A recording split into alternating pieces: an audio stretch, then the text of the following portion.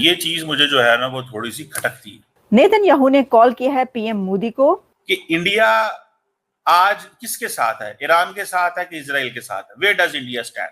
हालात अच्छे नहीं है ईरान के अंदर एंड लोग तंग भी आए हुए और बड़ी घुटन है वहां, इस पे कोई शक नहीं है। ईरान जो पाकिस्तान का पड़ोसी है, इस्लामी भाई है और आजमुदा दोस्त रहा है, हमेशा मुश्किल वक्त में पाकिस्तान के शाना बशाना खड़ा रहा है। वेस्ट एशिया में इस वक्त इजराइल और ईरान के बीच जंग स्टार्ट हो चुकी है और इंडिया पता क्या कहेगा? हम इजराइल के साथ है, ईरान के साथ नहीं है। और इंडिया इजराइल को वेपन्स भी देगा। रेजीम है, इस्लामिक रेजीम को खत्म करके एक सेकुलर रेजीम की तरफ जाना चाहिए, डेमोक्रेटिक रेजीम की तरफ जाना चाहिए। देखिए किस लीडर को नरेंद्र मोदी को फोन आया है।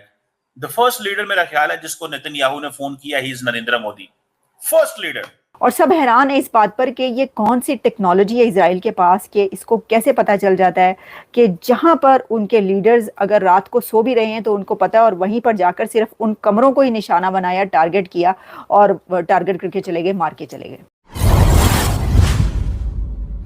पाकिस्तान और ईरान तो बहुत सारी बॉर्डर्स पे ट्रेड कर रहे हैं।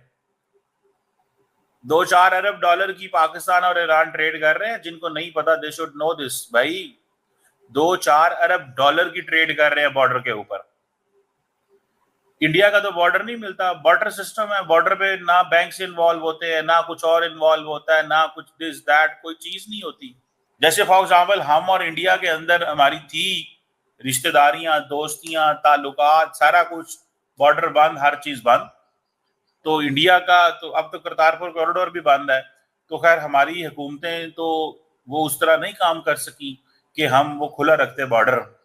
लेकिन क्योंकि ईरान एक मुस्लिम कंट्री है, सारा कुछ है, तो वो एक चीज जो है वो मौजूद है कि इजराइल ने ईरान पर जो स्ट्राइक्स की उसमें उनकी तमाम की तमाम बड़ी मिलिट्री लीडरशिप का खात्मा कर दिया।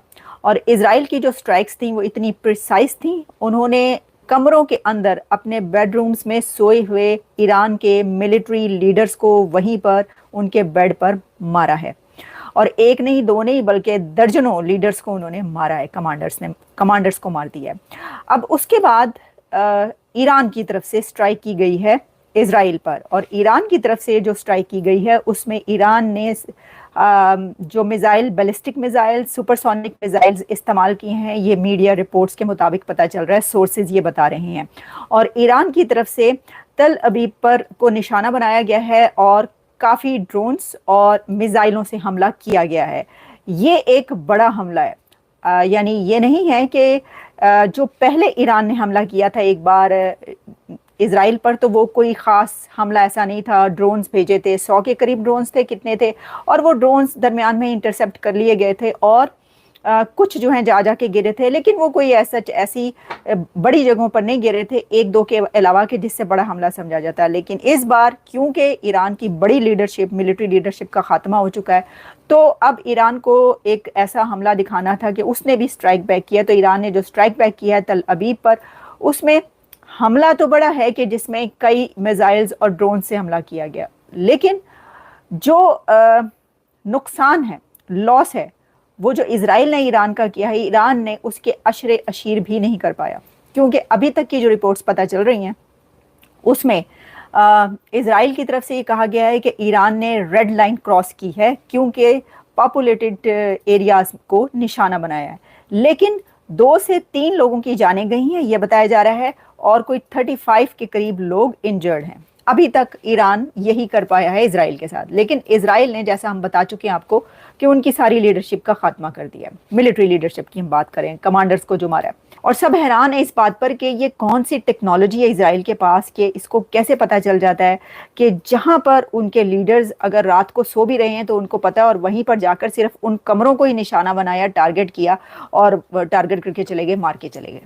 ये जो है ये बात की जा रही है। अब आप इसी तरीके से देखें, इंडिया ने क्या कहा? इंडिया ने कहा हमने 9 जगहों को निशाना बनाया, दहशतगर्दों की 9 जगहों को निशाना बनाया, और उसके बाद फिर उन्होंने जो मिलिट्री बेसिस को निशाना बनाया पाकिस्तान में, वो भी उन्होंने कहा हमने इन मिलिट्री बेसिस को निशाना बनाया, और जहाँ पर हमने जो करना था पहले से सोचा हुआ था हमने वो कर दिया। तो इससे नज़र आता है कि कुछ सिमिलैरिटीज़ हैं दोनों जो ये हैं इजराइल और इंडिया के हमले, इनमें काफ़ी नज़र आ रही हैं। अच्छा, अब दोनों कंट्रीज जो हैं वो जितने पुराने दोस्त हैं, जितने एक साथ आपको पता है जुड़े हुए दो कंट्रीज हैं, तो इस सिचुएशन में जो नेतन्याहू हैं, कॉल गई है नेतन्याहू की प्राइम मिनिस्टर नरेंद्र मोदी को, और दुनिया के बड़े लीडर्स को कॉल की है नेतन्याहू ने, लेकिन सबसे पहली जो कॉल्स हैं उनमें मोदी साहब को उन्होंने कॉल किया। अच्छा, अब नेतन्याहू की जो कॉल है उसके अंदर क्या किया, ब्रीफ किया है, पीएम मोदी को ब्रीफ किया है अबाउट दिस ऑपरेशन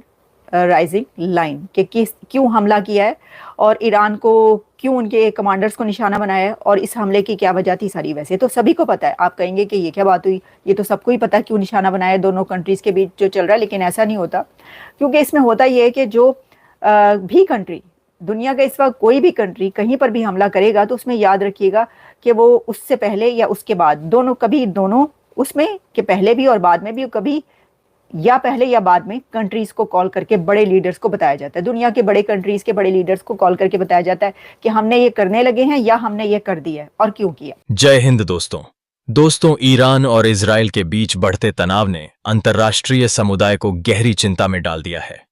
इसी पृष्ठभूमि में इजराइल के प्रधानमंत्री बेंजामिन नेतन्याहू ने भारत के प्रधानमंत्री नरेंद्र मोदी से फोन पर संवाद किया। यह बातचीत शुक्रवार को हुई, जब क्षेत्र में हालात काफी तनावपूर्ण बने हुए हैं। प्रधानमंत्री मोदी ने इस बातचीत की जानकारी अपने आधिकारिक एक्स, पूर्व ट्विटर अकाउंट पर साझा करते हुए बताया कि उन्हें प्रधानमंत्री नेतन्याहू का फोन आया, जिसमें इजराइल की मौजूदा स्थिति के बारे में जानकारी दी गई। मोदी ने कहा कि उन्होंने भारत की ओर से चिंता व्यक्त की और यह स्पष्ट किया कि इस समय सबसे जरूरी है क्षेत्र में शांति और स्थिरता की शीघ्र बहाली। इस बातचीत के पीछे की वजह भी गंभीर है। रिपोर्ट्स के मुताबिक इजराइल ने हाल ही में ईरान की कई रणनीतिक और सैन्य सुविधाओं पर हवाई हमले किए हैं।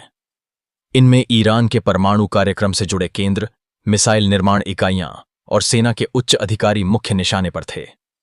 इजराइल की इस सैन्य कार्रवाई को ऑपरेशन राइजिंग लायन नाम दिया गया है। बताया जा रहा है कि इन हमलों में 78 से अधिक लोगों की मौत हुई है और सैकड़ों घायल हुए हैं। खुद नेतन्याहू ने इस ऑपरेशन को देश के इतिहास का एक निर्णायक मोड़ बताया है। उनका कहना है कि इजराइल को अपने नागरिकों की सुरक्षा और क्षेत्रीय संतुलन बनाए रखने के लिए यह कड़ा कदम उठाना पड़ा। भारत ने शुरू से ही इस पूरे घटनाक्रम को लेकर सतर्क रुख अपनाया है।